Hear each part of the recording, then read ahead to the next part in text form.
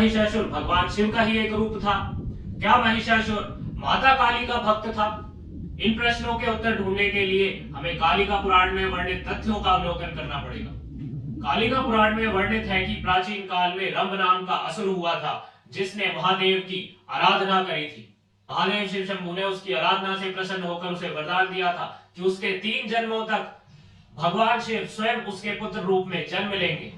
देवादिदेव महादेव को अपने पुत्र के रूप में पाने के वरदान के साथ ही रंभासुर ने यह वरदान भी लिया था कि उसका जो पुत्र होगा वह अवध्य होगा, देवाधिपति होगा एवं चिरंजीवी होगा। इस वरदान को प्राप्त करने के पश्चात रंभासुर का पुत्र उत्पन्न होता है, जिसका नाम होता है महिषासुर। जब महिषासुर युवा होता है तो वह कात्यायन मुनि के आश्रम में जाकर उनके शिष्य रौद्राश्रव की तपस्या भंग कर देता है। तपस्या भंग करने का माध्यम वह क्या अपनाता है? वह एक अनुपम सुंदरी स्त्री का रूप धारण कर कात्यायन मुनि के शिष्य की तपस्या भंग करने का प्रयास करता है, जिसमें वह सफल हो जाता है।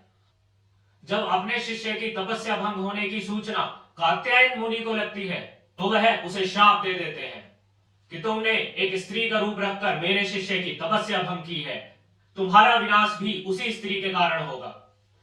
क्योंकि कात्यायन ऋषि के श्राप के कारण ही महिषासुर का अंत हुआ, इसीलिए माता दुर्गा को कात्यायनी भी कहा गया। हिमवान पर्वत के समीप ही जो कात्यायन ऋषि का आश्रम था, उसी स्थान पर ब्रह्मा, विष्णु, महेश, रुद्र, वसु, इंद्र आदि देवताओं ने मिलकर अपने शक्ति के ऊर्जा पुंज से माता कात्यायनी का निर्माण किया था महिषासुर का वध करने के लिए।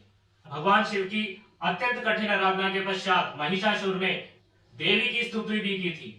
जब महिषासुर देवी की स्तुति कर रहा था तो उसी काल में उसने एक स्वप्न देखा था। उसने स्वप्न में देखा था कि देवी महामाया भद्रकाली के रूप में उसके सम्मुख प्रकट हुई है। उनका रूप अत्यंत ही भयावह है, सामान्य मनुष्य को कंपित कर देने वाला है। और माता भद्रकाली ने उसी रौद्र रूप में उसके सर को खंडित कर दिया है, उसका शिर छेदन कर दिया है। उसका शिर छेदन करने के पश्चात वह उसका रक्तपान कर रही है। तब महिषासुर की स्तुति से प्रसन्न होकर माता उसके समक्ष प्रत्यक्ष रूप में प्रकट होती हैं, भद्रकाली के रूप में प्रकट होती हैं, जिनकी 16 भुजा थी। उन्होंने अपनी भुजाओं में अनेकों प्रकार के अस्त्र शस्त्र धारण कर रखे थे। तब महिषासुर माता से कहता है कि हे माता, मैंने ऐसा स्वप्न देखा है जिसमें आप मेरा शिर छेदन कर मेरा रुधिर पान कर रही हैं। वह कहता है यह तो मात्र स्वप्न था, परंतु यदि आप सत्य में भी मेरा रुधिर पान करें तो मैं इसे अपना सौभाग्य ही मानूंगा, अपनी नियति ही मानूंगा। एवं वह ये कहता है कि इस स्वप्न के अवलोकन से मैंने यह पाया है कि मैं आपके द्वारा वध किए जाने योग्य ही हूँ। आप मुझे वरदान दें कि मेरा वध आप ही के द्वारा होगा।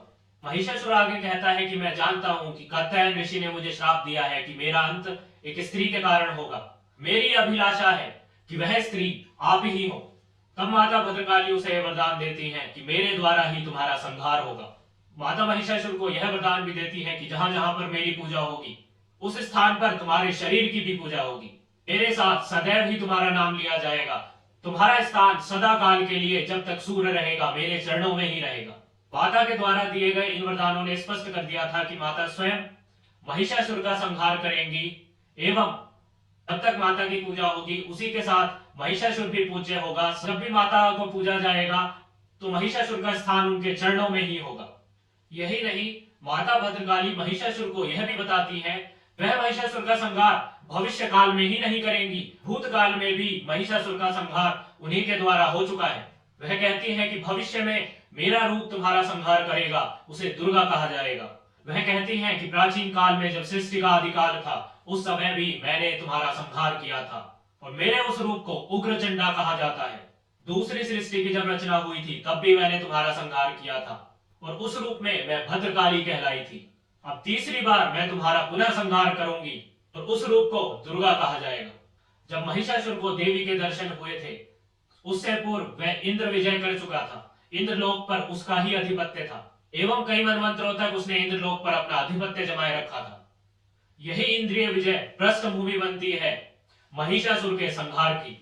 जब इंद्र आदि देवता महिषासुर से पराजित हो जाते हैं तो वह त्रिमूर्ति ब्रह्मा, विष्णु, महेश के समक्ष जाकर अपनी दुविधा प्रकट करते हैं, जिसके फलस्वरूप देवी दुर्गा का, देवी कात्यायनी का प्रादुर्भाव होता है।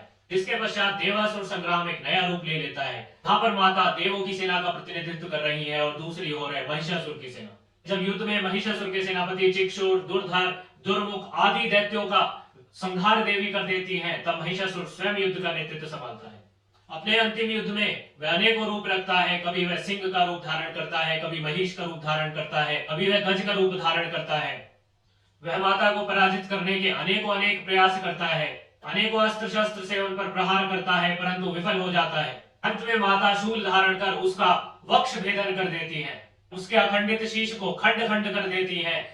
और जैसा उसने स्वप्न में देखा था कि उसके शीश को खंड खंड कर माता भद्रकाली उसका रक्तपान कर रही है, वही दृश्य उसके समक्ष प्रत्यक्ष प्रकट हो जाता है। आज यथार्थ में माता सत्य में उसका रुधिर पान कर रही थी। जब महिषासुर मृत्यु के अत्यंत निकट होता है तो वह माता से कहता है कि मैंने एक लंबी जीवन आयु को भोगा है, मैं अब पुनः जन्म नहीं लेना चाहता। तब देवी उसे कहती है कि मैंने तुम्हें वर दिया था कि तुम केवल मेरे ही हाथों वध्य होगे, अन्य किसी के हाथों तुम अवध्य हो। इसकी सत्यता में तुम्हें संदेह नहीं होना चाहिए। और यदि तुम्हारी अभिलाषा है कि तुम अब पुनः जन्म नहीं लेना चाहते, जीवन चक्र के बंधन में नहीं फंसना चाहते, तो मैं तुम्हें वरदान देती हूँ कि सहस्त्रों करोड़ कल्पों तक तुम्हारे जन्म नहीं होंगे। तुम्हारी जीवात्मा सदैव ही मेरे चरणों में स्थित रहेगी।